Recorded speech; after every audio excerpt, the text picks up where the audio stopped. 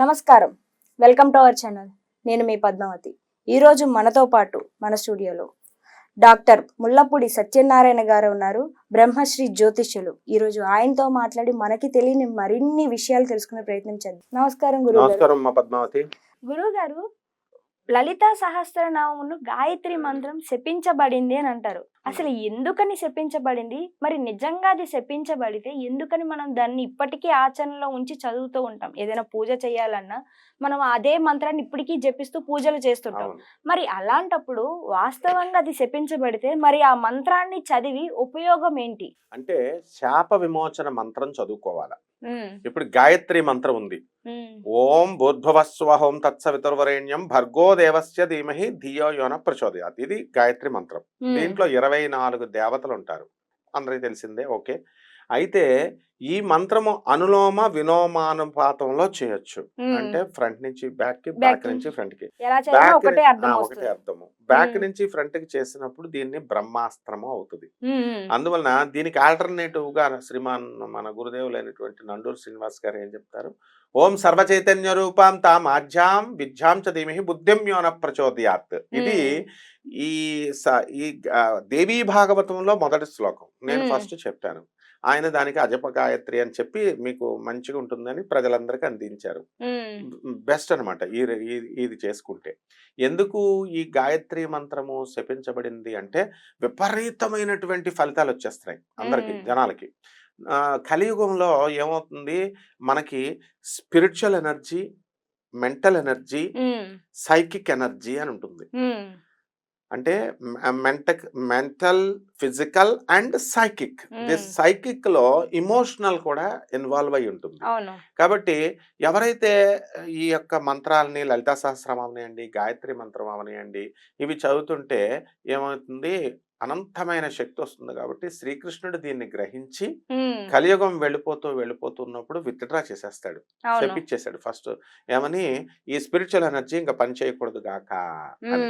అందువల్లే అర్జునుడు ఎప్పుడైతే ఈ యొక్క శ్రీకృష్ణ స్వామి వెళ్ళిపోయాడో, పరమాత్మ వెళ్ళిపోయినప్పుడు అర్జునుడు ఏం చేస్తాడు, జగదేక వీరుడు అర్జునుడు భీష్ముడిని, ద్రోణుడిని, తర్వాత కర్ణుడిని అవ్వలేలగా ఇలా విసిరిపారేసినటువంటి గొప్ప యోధుడు కృపాచార్యుడిని తొక్కి పడేశాడు, అశ్వత్థామను అందరినీ.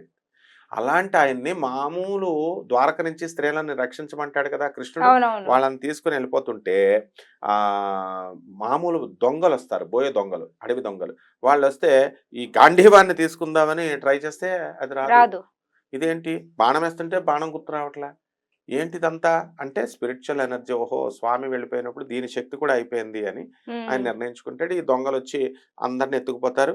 ఈయన పరీక్షతో తల్లి అభిమన్యుడి భార్యను మాత్రం ఎలాగోలాగా రక్షించి వచ్చేస్తాడు. అంటే అక్కడ ఏం జరిగిందంటే, మనం కూడా అర్జునుడిలాగా, కర్ణుడిలాగా ఒకప్పుడు మనకు కూడా స్పిరిచువల్ ఎనర్జీ ఉండేది. మనం కూడా కలియుగంలో ఉన్నాం. మనము సత్యయుగంలో ఉన్నాం, త్రేతాయుగంలో ఉన్నాం, ద్వాపరయుగంలో. ఆత్మకి నాశనం లేదు మనకి. ఇంకా కొన్ని లక్షల సంవత్సరాలు పుడుతూ ఉంటాం, చస్తూ ఉంటాం. దీనికి బ్రేక్ మనమే పెట్టుకోవాలా. అందుకనే ఉద్ధరేత్ ఉద్ధరాత్మన అని చెప్పి పునరపి జననం, పునరపి మరణం, పునరపి జఠరే జననీ శయనం, ఇది అవిచ్ఛిన్నం అని చెప్పి శంకరాచార్యుల వారు ప్రయత్నించుకోరా బాబు, మోక్షం తెచ్చుకో అంటాడు. అందుకని అప్పుడు మనం కూడా బాణాలు, మనకు కూడా ఆ శక్తి ఉండేది. కర్ణుడిలాగే బ్రహ్మాస్త్రం వేయగలం, అర్జునుడిలాగే అన్ని అస్త్రాలు స్పిరిచువల్ ఎనర్జీతో చేసేవాళ్ళం. శ్రీకృష్ణ పరమాత్మ కలియుగంలో వెళ్ళిపోతూ దీన్ని ఏం చేశాడంటే మెకానికల్ ఎనర్జీగా మార్చేశాడు, యాంత్రిక శక్తిగా. అందువల్లనే మనం విమానాలు తయారు చేసుకుని ఏరోప్లేన్స్ లో వెళ్ళిపోతున్నాం, మిసైల్స్ తయారు చేసుకొని వెళుతున్నాము. ఫైరింగ్, గీరింగ్ మిసైల్స్ ఇవన్నీ కూడా రోబోటిక్స్ ఎనర్జీ, మెషినరీగా మార్చేశాడు. కాబట్టి ఇప్పుడు పాయింట్ ఏంటంటే, గాయత్రి మంత్రానికి లేదా ఈ లలితా సహస్రానికి విపరీతమైన ఎనర్జీ వచ్చేసేది.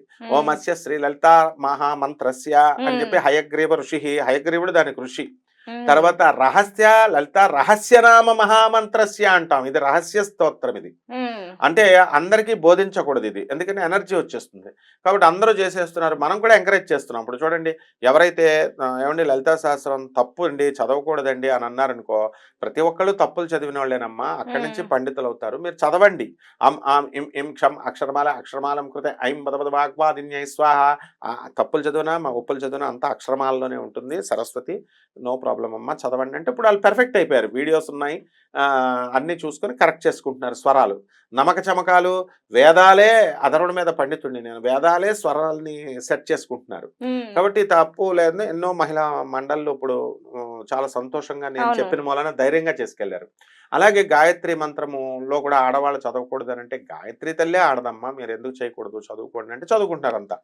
కాబట్టి లలితా సహస్ర మంత్రాల వల్ల ఏమవుతుందంటే, అక్కడ ఏమంటాడు, ఎలాగా వీళ్ళు చదవకూడదు వాళ్ళు చదవకూడదు శాపాలు అని కాదు, ముందు చదివేటప్పుడు అందరూ చదవచ్చు, అక్షర దోషాలు సరిచేసుకునే ప్రయత్నం డైలీ చెయ్యాలి. సరస్వతి లలితమ్మ కరుణిస్తుంది.